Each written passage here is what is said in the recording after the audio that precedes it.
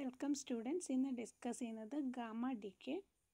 Alpha and beta ഡിക്കേക്കകത്ത് എന്താ സംഭവിക്കുന്നത്? ന്യൂക്ലിയസ് തന്നെ ചേഞ്ച് ചെയ്യുന്നുണ്ട്. ഒരു പാരൻറ്റ് ന്യൂക്ലിയ ഉണ്ടായിരിക്കും, എന്നിട്ട് അതെന്താണ് ആൽഫ അല്ലെങ്കിൽ ബീറ്റ ഡിക്കേക്ക് ശേഷം മറ്റൊരു ന്യൂക്ലിയസ് ആയിട്ട് മാറുന്നു അല്ലേ? അതിനെ നമ്മൾ ഡോട്ടർ ന്യൂക്ലിയ എന്ന് പറയും. പിന്നെ അതിൻ്റെ കൂടെ എമിറ്റ് ചെയ്യപ്പെടുന്ന പാർട്ടിക്കിൾ ഇലക്ട്രോൺ അല്ലെങ്കിൽ പോസിട്രോൺ ഓർ ബീറ്റയുടെ കേസാണെങ്കിൽ ന്യൂട്രനോ ആൻറ്റി ന്യൂട്രനോ അങ്ങനെ എമിറ്റ് ചെയ്യപ്പെടുന്നുണ്ടെന്നൊക്കെ കഴിഞ്ഞ ക്ലാസ്സുകളിൽ കണ്ടു. പക്ഷേ ഗാമ ഡിക്കയെ സംബന്ധിച്ചിടത്തോളം അവിടെ ഒരു ന്യൂക്ലിയസിന് ചേഞ്ച് വരുന്നില്ല. ഒരു ന്യൂക്ലിയസ് മറ്റൊരു ന്യൂക്ലിയസ് ആയിട്ട് മാറുന്നൊന്നുമില്ല.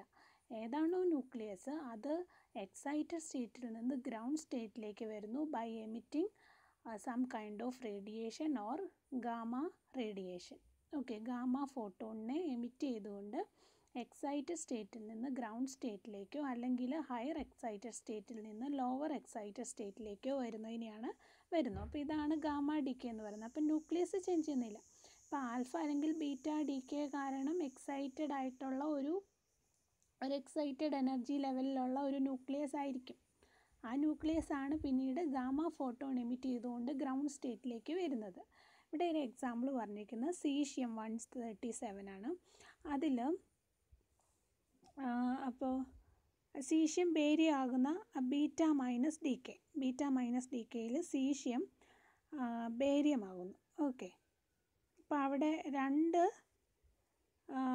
എനർജി ലെവൽസ് കാണിച്ചിട്ടുണ്ട്.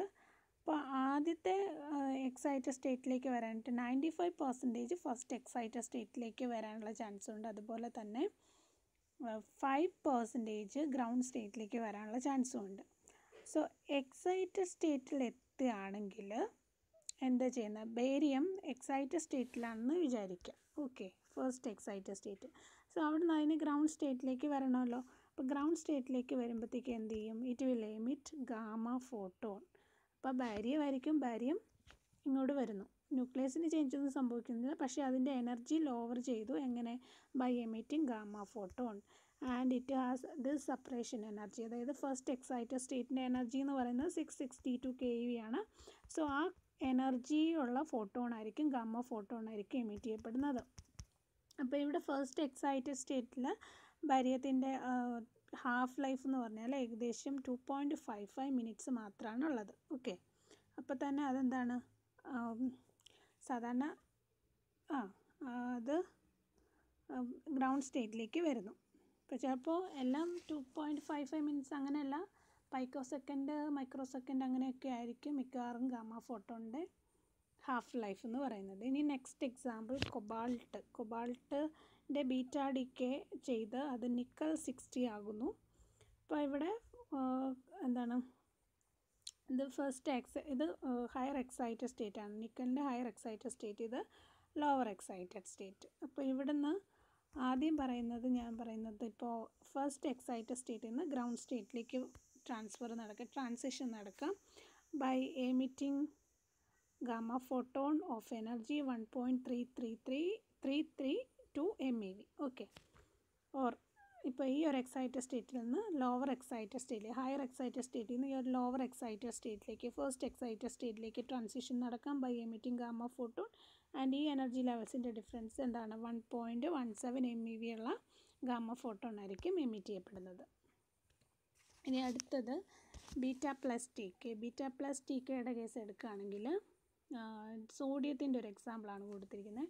അപ്പോൾ ഇവിടെ സോഡിയം രണ്ട് കാര്യങ്ങൾ പറഞ്ഞിട്ടുണ്ട്. ഒന്ന്, ബീറ്റ പ്ലസ് ടി കെ നടക്കാനുള്ള ചാൻസ് ഉണ്ട്, അതുപോലെ തന്നെ ഇലക്ട്രോൺ നടക്കാനുള്ള ചാൻസ് ഉണ്ട്, electron capture.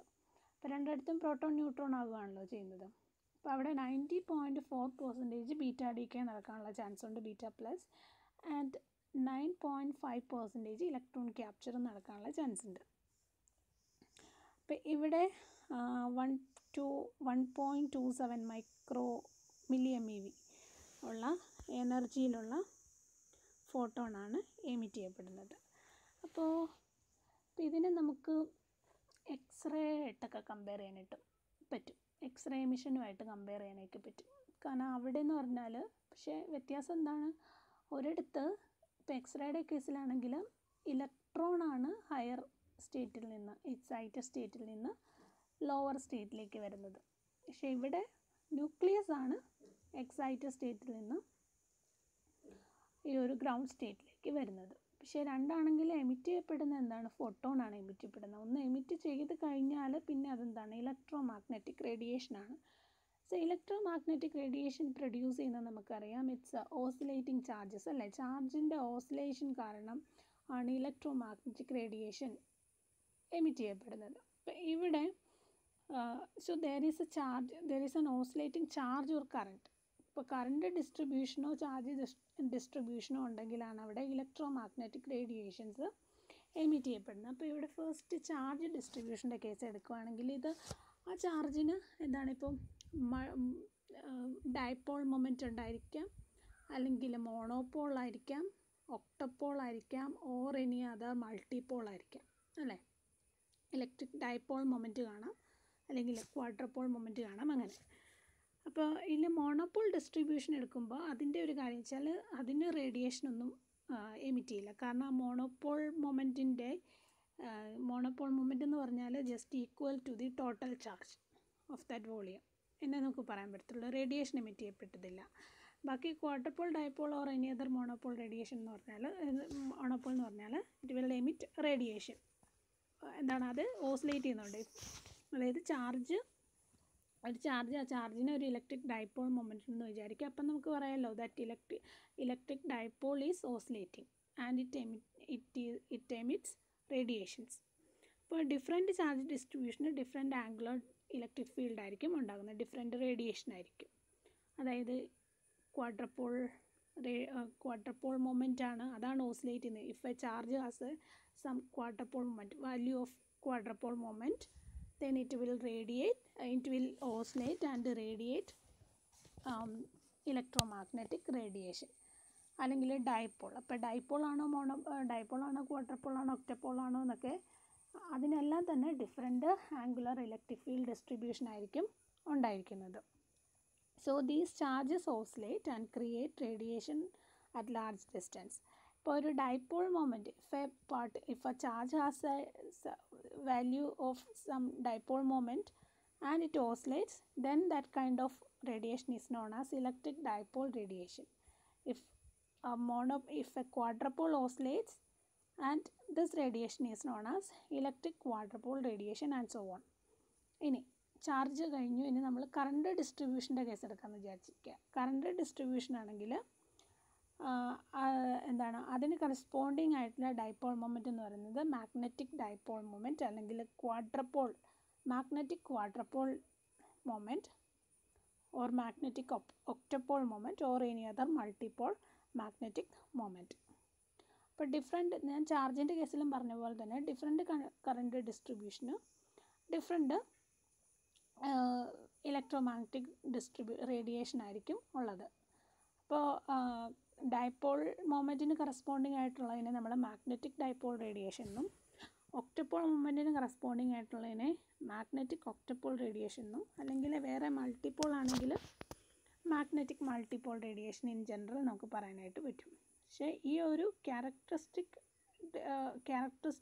Angular distribution of electromagnetic radiation എന്ന് പറയുന്നത് ഡിപ്പെൻഡിങ് ഓൺ ദി സോഴ്സ് എന്ന് പറഞ്ഞാൽ ഇതിന് ഒക്ടപോൾ വാല്യൂ ആണോ ഉള്ളത്, ക്വാഡ്രപോൾ മൊമെൻ്റ് ആണോ ഉള്ളത്, ഡൈപോൾ മൊമെൻ്റ് ആണോ ഉള്ളത് എന്നതിനെ ബേസ് ചെയ്തിരിക്കും ഈ ഒരു ഇലക്ട്രോമാഗ്നറ്റിക് റേഡിയേഷൻ്റെ ഡിസ്ട്രിബ്യൂഷൻ എന്ന് പറയുന്നത്. ഇനി ഇങ്ങനെ ചാർജ് ഡിസ്ട്രിബ്യൂഷൻ അല്ലെങ്കിൽ കറണ്ട് ഡിസ്ട്രിബ്യൂഷൻ കാരണം എമിറ്റ് ചെയ്യപ്പെടുന്ന gamma photons, it will carry angular momentum. So this angular momentum is related to what kind of radiation it is. Dipole ആണോ, ഒക്ടപോൾ ആണോ, ക്വാഡ്രപോൾ ആണോ, ഇപ്പോൾ ഏതാണെന്നതിനനുസരിച്ചാണ് അതിൻ്റെ ആംഗുലർ മൊമെൻറ്റം ബേസ് ചെയ്തിരിക്കുന്നത്. സോ ഇലക്ട്രിക് ഡൈപോൾ റേഡിയേഷൻ ആണെങ്കിൽ അതിൻ്റെ angular momentum quantum number capital L is equal to 1 എന്ന് എഴുതാം. ഇനി ക്വാഡ്രപോൾ മൊമെൻറ്റ് റേഡിയേഷൻ ആണെങ്കിൽ നമുക്ക് അതിന് L ഈസ് ഈക്വൽ ടു 2. അതുപോലെ തന്നെ ഒക്ടപോൾ റേഡിയേഷൻ ആണെങ്കിൽ, ഇലക്ട്രിക് ഒക്ടപോൾ റേഡിയേഷൻ ആണെങ്കിൽ L ഈസ് ഈക്വൽ ടു 3 എന്ന് കൊടുക്കാം. അപ്പോൾ ഇത് ഒക്ടപോള്, ഡൈപോള്, ക്വാഡ്രപോൾ ഇത് മാഗ്നറ്റിക്കും ഉണ്ട്, അതുപോലെ തന്നെ ഇലക്ട്രിക്കും ഉണ്ട് അല്ലേ. ചാർജ് ഡിസ്ട്രിബ്യൂഷൻ കാരണമുണ്ട്, കറണ്ട് ഡിസ്ട്രിബ്യൂഷൻ കാരണമുണ്ട്. സോ അതിനെ നമുക്ക് അനലൈസ് ചെയ്യാൻ വേണ്ടിയിട്ട് ഈസി ആയിട്ട് E1, E2, E3 for electric and M1, M2, M3 etcetera for magnetic. അപ്പം നമുക്ക് ജനറലായിട്ട് EL ആൻഡ് ML എന്ന് റെപ്രസെൻ്റ് ചെയ്യാനായിട്ട് പറ്റും. ഇനി selection rule for angular moment എന്ന് പറയുന്നത്, സെലക്ഷൻ റൂൾ എന്ന് പറഞ്ഞാൽ ഇനിഷ്യൽ സ്റ്റേറ്റ്, അതായത് ഒരു ന്യൂക്ലിയൈ എന്താണ് ഒരു എക്സൈറ്റഡ് സ്റ്റേറ്റിലായിരിക്കും. ആ എക്സൈറ്റഡ് സ്റ്റേറ്റ് എന്ന് പറഞ്ഞാൽ ഗ്രൗണ്ട് സ്റ്റേറ്റിലേക്ക് വരുന്നത് by emitting gamma photon. So ആ എക്സൈറ്റഡ് സ്റ്റേറ്റിനെ നമ്മൾ ഇനിഷ്യലി അവിടെ ആയിരുന്നല്ലോ, അപ്പോൾ അതിന് ഇനിഷ്യൽ സ്റ്റേറ്റ്. അപ്പോൾ അതിന് കറസ്പോണ്ടിങ് ആയിട്ടുള്ള ആംഗുലർ മൊമെൻറ്റത്തെ JI, ഓർ നിങ്ങളുടെ ടെക്സ്റ്റ് ബുക്കിൽ റെഫറൻസ് ടെക്സ്റ്റിൽ I എന്നാണ് കൊടുത്തിരിക്കുന്നത്. You can use that. So initial state of angular momentum എന്ന് പറയുന്നത് JI, and final state angular momentum is JF. And emit ചെയ്യുന്ന എന്താണ്, ഫോട്ടോൺ ആണ് അല്ലെ, gamma photon. So photon angular momentum can be represented as letter L. So angular momentum conservation അനുസരിച്ചിൻ്റെ rule അങ്ങനെ വരും, JI is equal to JF plus L. പിന്നെ ഇനി Lൻ്റെ value എന്ന് പറഞ്ഞത് magnitude of JI minus JF less than L less than or equal to plus JI plus JF. Next പാരിറ്റിയുടെ rule നോക്കാം. Parity എന്ന് പറയുമ്പോൾ ഇറ്റ് ഡിപ്പെൻഡ്സ് ഓൺ L, അതായത് L and M, whether electric or magnetic transition L ആണോ M ആണോ എന്നതിനെ depend ചെയ്തിരിക്കും അതിൻ്റെ പാരിറ്റി എന്ന് പറയുന്നത്. ഫോർ ഇലക്ട്രിക് മൾട്ടിപോൾ ട്രാൻസിഷൻ, ഇപ്പം മൾട്ടിപോൾ ഞാൻ കൊടുത്തതേ ഉള്ളൂ, അത് ക്വാഡ്രപോൾ, ഡൈപോൾ, ഒക്ടപോൾ അങ്ങനെ എന്താണെല്ലാം കേട്ടോ. സോ ഇൻ ജനറൽ ഞാൻ കൊടുത്താണ്. For electric multipole transition pi F, parity നമുക്കിങ്ങനെ പാരിറ്റി റൂൾ ഇങ്ങനെ എഴുതാം, pi F is equal to pi I into -1 to the power L.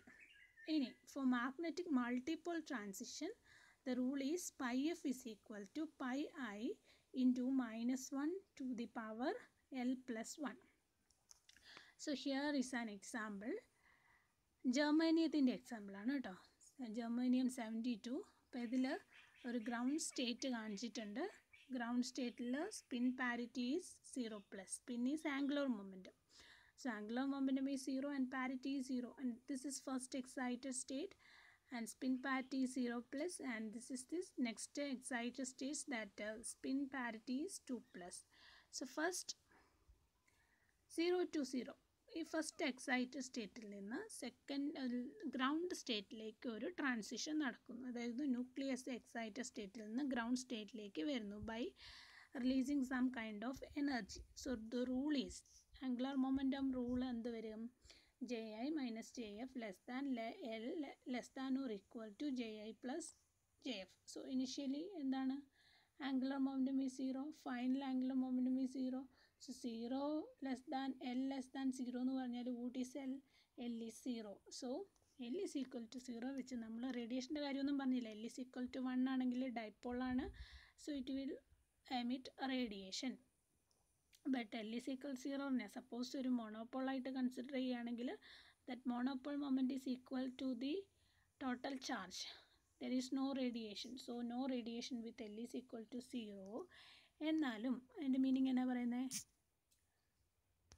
Sorry,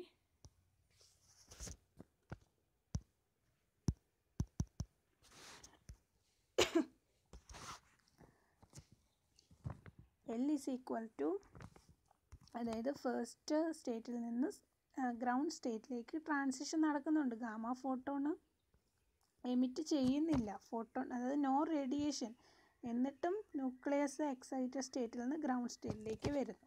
അപ്പോൾ എനർജി റിലീസ് ചെയ്യണമല്ലോ, എനർജി റിലീസ് ചെയ്താലേ നമുക്ക് എക്സൈറ്റഡിൽ നിന്ന് ഗ്രൗണ്ട് സ്റ്റേറ്റിലേക്ക് വരാൻ പറ്റത്തുള്ളൂ.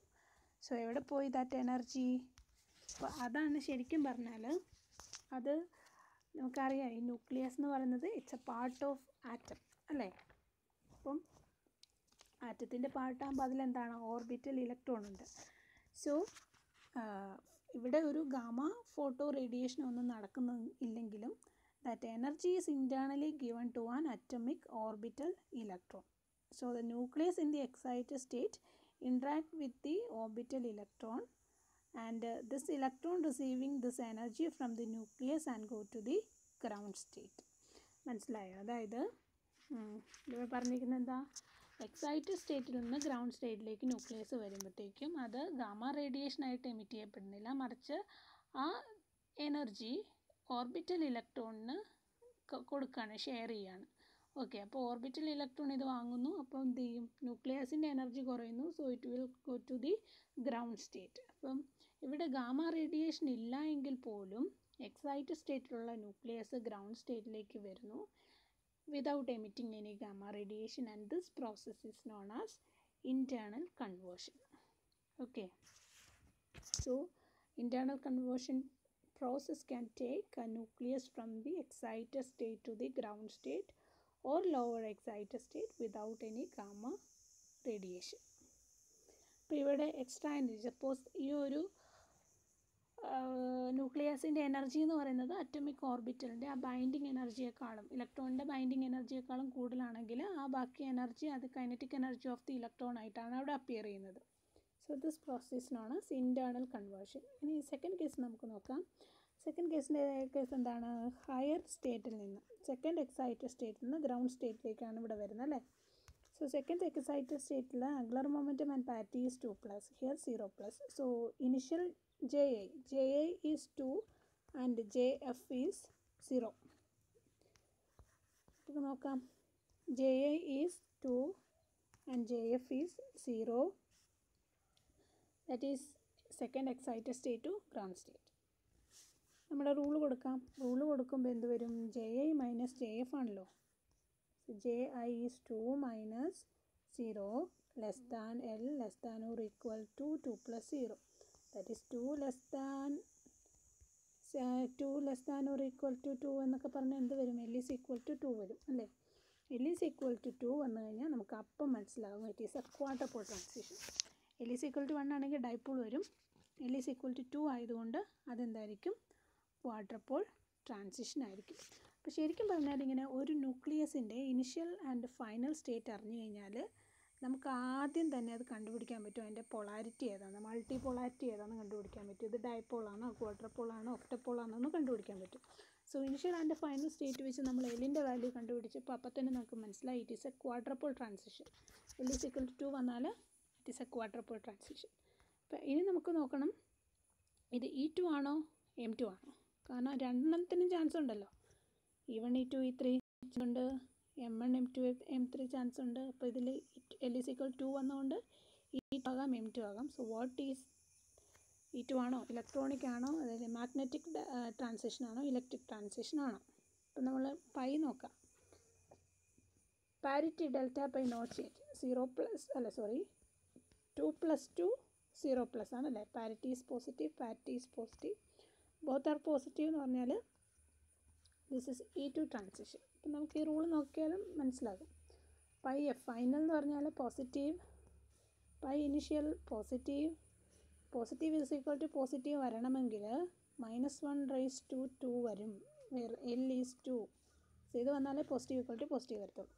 ഇനി മാഗ്നറ്റിക് വന്നാൽ എന്ത് വരും, final is positive, initially it was positive, -1/L + 1 that is 3 വന്നു കഴിഞ്ഞാൽ ഇതെന്താണ്, പാറ്റ് ചേഞ്ച് ചെയ്യും, മൈനസ് ആകും അല്ലേ.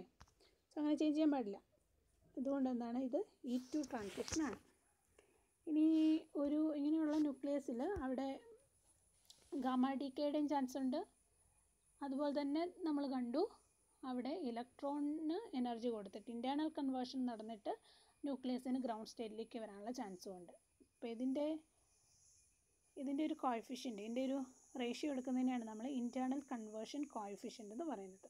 ഇനി രണ്ടാമത്തെ എക്സാമ്പിൾ നോക്കിയാൽ, രണ്ടാമത്തെ എക്സാമ്പിൾ ഇതിൽ ഇനിഷ്യൽ സ്റ്റേറ്റ്, അതായത് ഫസ്റ്റ് എക്സൈറ്റഡ് സ്റ്റേറ്റിൽ നിന്ന് ഗ്രൗണ്ട് സ്റ്റേറ്റിലേക്ക് വരികയാണ്. അപ്പോൾ ഇവിടെ initially it has a angular momentum half and parity minus. Ground സ്റ്റേറ്റിന് angular momentum 9/2 and parity is plus. So JI is half and JF is 9/2.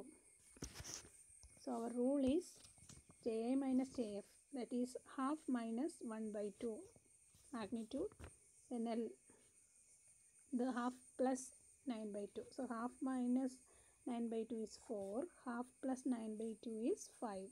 So L can be 5, 4 or 5 അല്ലേ. എല്ലിൻ്റെ value 4ഉം വരാം അല്ലെങ്കിൽ 5ഉം വരാം. എല്ലിൻ്റെ വാല്യൂ 4ഉം 5ഉം വന്നു കഴിഞ്ഞാൽ നമുക്ക് കൺഫ്യൂഷനായി, കാരണം ഇത്രയും വാല്യൂസ് പോസിബിളാണ്, ഇത്രയും പോസിബിളാണ്, E4 പോസിബിളാണ്, E5, M4, M5. അപ്പോൾ ഇതിലേതാണ് എന്നുള്ളതാണ് അടുത്തത്. അപ്പോൾ അതിന് വേണ്ടി നമുക്ക് പാരിറ്റി നോക്കാം. പാരിറ്റി ചേഞ്ച് ചെയ്യുന്നുണ്ടോ? യെസ്, പാരിറ്റി ചേഞ്ച് ചെയ്യുന്നുണ്ടല്ലേ. പാരിറ്റി ഇവിടെ മൈനസ് ആയിരുന്നു, ഇവിടെ പ്ലസ് ആയിരുന്നു. So parity changes. അപ്പോൾ ഇനി നമുക്ക് മനസ്സിലാക്കാം. ഇനി suppose L is equal to 4 ആണെന്ന് വിചാരിക്കട്ടെ. L ഈസ് ഈക്വൽ ടു 4 ആണെങ്കിൽ രണ്ട് വാല്യൂ വരാം അല്ലേ, രണ്ട് കേസ് വരാം, E4ഉം M4ഉം വരാം. അപ്പം നമുക്ക് ഏതാണ്, E4 ആണോ M4 ആണോ? L ഈസ് ഈക്വൽ ടു 4 ആണെങ്കിൽ അത് M4 ആയിരിക്കും. അത് നമുക്ക് ഈ ഒരു പാരിറ്റി റൂൾ വെച്ചിട്ട് നമുക്ക് മനസ്സിലാക്കാനായിട്ട് പറ്റും. So L is equal to 4 വന്നാൽ it is M4. Parity change ചെയ്തായിരുന്നു. പാരിറ്റി ചേഞ്ച് ചെയ്താൽ മൈനസിൽ നിന്ന് പ്ലസ്സിലേക്കാണ് ചേഞ്ച് ചെയ്യുന്നത്. അപ്പം നമുക്ക് നോക്കാം, അതിൻ്റെ അകത്ത് നോക്കാം. ഫൈനൽ എന്തായിരുന്നു? ഫൈനൽ പാരിറ്റി ഈസ് പ്ലസ് അല്ലേ. ഇനിഷ്യൽ പാരിറ്റി എന്തായിരുന്നു? മൈനസ്. ഇപ്പം മൈനസ്, അപ്പം മൈനസ് തന്നെ ഇവിടെ വേണം അല്ലേ, മാറരുത്. L ഈസ് ഈക്വൽ ടു 4ൽ -1 റേസ് ടു ഇവിടെ L+1, ദാറ്റ് ഈസ് 4 + 1 ഈസ് 5. അപ്പോൾ ഇങ്ങനെ വന്നാൽ ഇവിടെ ശരിക്കും എന്ത് വരുള്ളൂ? മൈനസ് തന്നെ വരുള്ളൂ. -1 റേസ് ടു 5 വന്നാൽ മൈനസ് തന്നെ വരുള്ളൂ. അതുകൊണ്ട് this is L is equal to 4 ആണെങ്കിൽ M4 ആയിരിക്കും. ഇനി L ഈസ് ഈക്വൽ ടു 5 ആണെങ്കിൽ അത് E5 ആയിരിക്കും.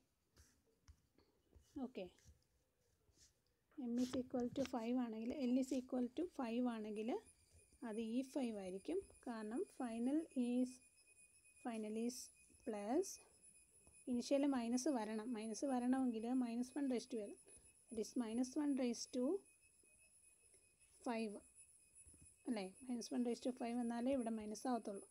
ഇനി ഇതാ നമ്മൾ കൊടുക്കുന്നതെങ്കിൽ -1 റേസ് ടു 6 വരും. അപ്പോൾ ഇതെന്താണ്? പോസിറ്റീവ് ആകും. പാരിറ്റി ചേഞ്ച് ചെയ്യത്തില്ല. അപ്പോൾ പാരിറ്റി ചേഞ്ച് ചെയ്യണമെങ്കിൽ ഈ L ഈസ് ഈക്വൽ ടു 4 ആണെങ്കിൽ M4 ആയിരിക്കണം, L ഈസ് ഈക്വൽ ടു 5 ആണെങ്കിൽ E5 ആയിരിക്കണം. സോ നമുക്കിങ്ങനെ ഇനിഷ്യൽ സ്റ്റേറ്റും ഫൈനൽ സ്റ്റേറ്റും കണ്ടു കഴിഞ്ഞാൽ പ്രധാനമായിട്ട് രണ്ട് കാര്യങ്ങൾ അതിൻ്റെ അകത്ത് മനസ്സിലാക്കാനായിട്ട് പറ്റും. ഒന്ന്, വാട്ട് ഈസ് ദ പോളാരിറ്റി അല്ലെ, മൾട്ടി പോളാരിറ്റി, ഡൈപോൾ ആണോ ക്വാഡർപോൾ ആണോ, എല്ലിൻ്റെ വാല്യൂ അറിഞ്ഞാൽ പറ്റും. രണ്ടാമത്, what kind of radiation, M4 ആണോ E4 ആണോ E1 ആണോ E2 ആണോ, അങ്ങനെ ഏത് കൈൻഡ് ഓഫ് റേഡിയേഷൻ ആണെന്ന് നമുക്ക് മനസ്സിലാക്കാനായിട്ട് പറ്റും. ഇനി ഡിഫറെൻറ്റ് L വാല്യൂസ് അപ്പോൾ പോസിബിൾ ആണെന്ന് മനസ്സിലായല്ലോ. ഇങ്ങനെ ഒരു കിടക്കുമ്പോൾ L ഈസ് ഈക്വൽ ടു 4 വരാം, L ഈസ് ഈക്വൽ ടു 5 വരാം. So different values are possible for beta decay, gamma decay. Then it decays through lower multipolarity. അതിനാണ് ചാൻസ് കൂടുതൽ. ഇപ്പോൾ L is equal to 4, L is equal to 5 വന്നു കഴിഞ്ഞാൽ രണ്ട് values possible ആണല്ലോ. അപ്പോൾ ഏത് പൊളാരിറ്റി എടുക്കുകയെന്ന് വെച്ചാൽ പ്രോബബിലിറ്റി കൂടുതൽ ഈ ലോവർ മൾട്ടിപോളാരിറ്റിയിലൂടെ ആയിരിക്കും അത് ഡീക്കേ ചെയ്യുന്നത്. അതിൻ്റെ ഒരു പ്രോബബിലിറ്റിയുടെ ഒരു ഇക്വേഷൻ കൊടുത്തിട്ടുണ്ട് ടെക്സ്റ്റിൽ. അത് ഗാമ എന്ന് റെപ്രസെൻറ്റ് ചെയ്തിട്ടുണ്ട്. So probability for L+1 type transition divided by probability for L transition. It nearly equal to 10 to the power -5. So probability of L എന്ന് പറഞ്ഞാൽ probability of L+1 transition is very less. L into ഇത് ചെയ്യുമല്ലോ. So it is very less അല്ലേ. അപ്പോൾ probability of L ആണ് കൂടുതൽ. ഇതാണ് probability ആണ് ഇത് കൂടുതൽ, ഇതെന്താണ് കുറവായിരിക്കും. അപ്പോൾ Lൻ്റെ വാല്യൂ ഇൻക്രീസ് ചെയ്യുന്നതനുസരിച്ച് ആ പ്രോബബിലിറ്റി ഓഫ് ട്രാൻസിഷൻ എന്ന് പറഞ്ഞാൽ ഡിക്രീസ് ചെയ്യും.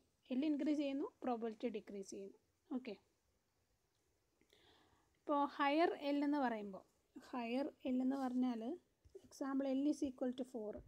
ഇപ്പോൾ L ഈസ് ഈക്വൽ ടു 4 എന്ന് പറഞ്ഞാൽ ഇപ്പോൾ ഇതിൽ നമ്മൾ ഈക്വൽ ടു 4 അല്ലേ വന്നത്, ഇവിടെ L ഈസ് ഈക്വൽ ടു 4 ആണല്ലോ വന്നത്. ഇപ്പോൾ ഈ കേസിലൊക്കെ ഇവിടെയുള്ള ഹാഫ് ടൈം എന്ന് പറഞ്ഞാൽ കൂടുതലായിരിക്കും. സാധാരണ ഗാമ ഡിക്കയുടെ ഹാഫ് ടൈം എന്ന് പറഞ്ഞാൽ ഞാൻ പറഞ്ഞു മൈക്രോ സെക്കൻഡ് അല്ലെങ്കിൽ പൈക്കോ സെക്കൻഡ് ഒക്കെ ആയിരിക്കും.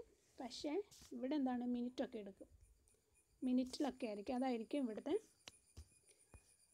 ഹാഫ് ലൈഫ് എന്ന് പറയുന്നത്, ലൈഫ് ടൈം എന്ന് പറയുന്നത്. ഇനി ആ ഒരു സ്റ്റേറ്റിനെ നമ്മൾ ഐസോമറിക് സ്റ്റേറ്റ് എന്നാണ് പറയുന്നത്. It will take minutes or hours. Minute എന്ന് പറയുമ്പോൾ നമ്മൾ കുറവാന്ന് ഓർക്കരുത്, കാരണം ഗാമയെ സംബന്ധിച്ചിടത്തോളം യൂഷ്വലി അതിൻ്റെ ലൈഫ് ടൈം എന്ന് പറഞ്ഞത് മൈക്രോ സെക്കൻഡ് ഓർ പൈക്കോ സെക്കൻഡ് ആണ്. സോ അത് വെച്ച് നോക്കുമ്പോൾ മിനിറ്റ്സ് എന്ന് പറഞ്ഞാൽ ലാർജാണ്. ഇനി അതുപോലെ തന്നെ പ്രോബബിലിറ്റി ഫോർ ഡിഫറെൻറ്റ് ട്രാൻസിഷൻ നടക്കുന്നതിൻ്റെ കേസിലെ പ്രോബബിലിറ്റിയും കൂടെ പറഞ്ഞിട്ടുണ്ട്. ഇ ആണോ എൽ ആണോ, ഇ ആണോ എം ആണോ. So probability for EL divide by probability for ML which is nearly equal to 10 to the power 2. So that's all about today's class.